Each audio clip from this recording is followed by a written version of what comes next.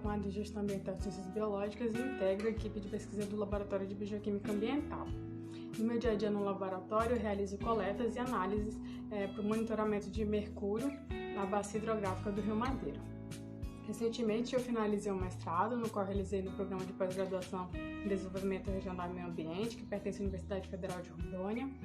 E durante esses 2 anos, eu realizei um trabalho no qual teve título como Potencial de Biomagnificação do metilmercúrio na comunidade planctônica nos afluentes do Alto Rio Madeira em Rondônia.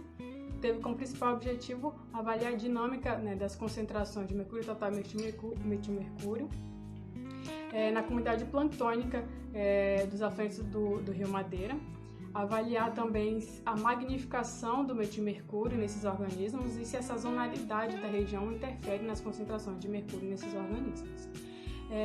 O período de amostragem do meu trabalho foi de 10 anos, aí de 2009 ao ano 2019.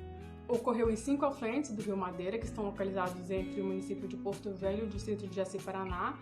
E nessa região desses afluentes possui interferência de 2 grandes usinas hidrelétricas.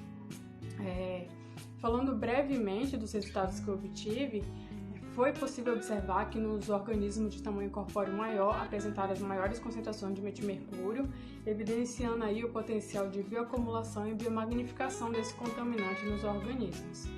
Foi possível observar que a sazonalidade da região influencia sim nas concentrações de mercúrio e que as maiores concentrações de metilmercúrio, que é a forma mais tóxica do mercúrio, principalmente para a saúde humana, foram encontradas nos períodos de águas altas.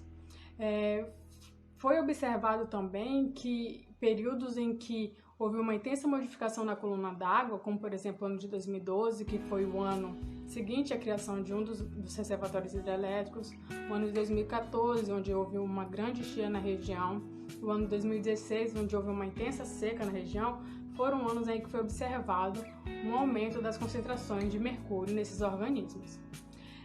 Bem brevemente, meus resultados foram esses. Gostaria de aproveitar para agradecer a oportunidade de poder participar do grupo de pesquisa do Laboratório de Bioquímica Ambiental e dizer que ao longo dos anos em que eu participo do grupo foi possível agregar muito valor à minha carreira, não só profissional como pessoal também. É isso, muito obrigada.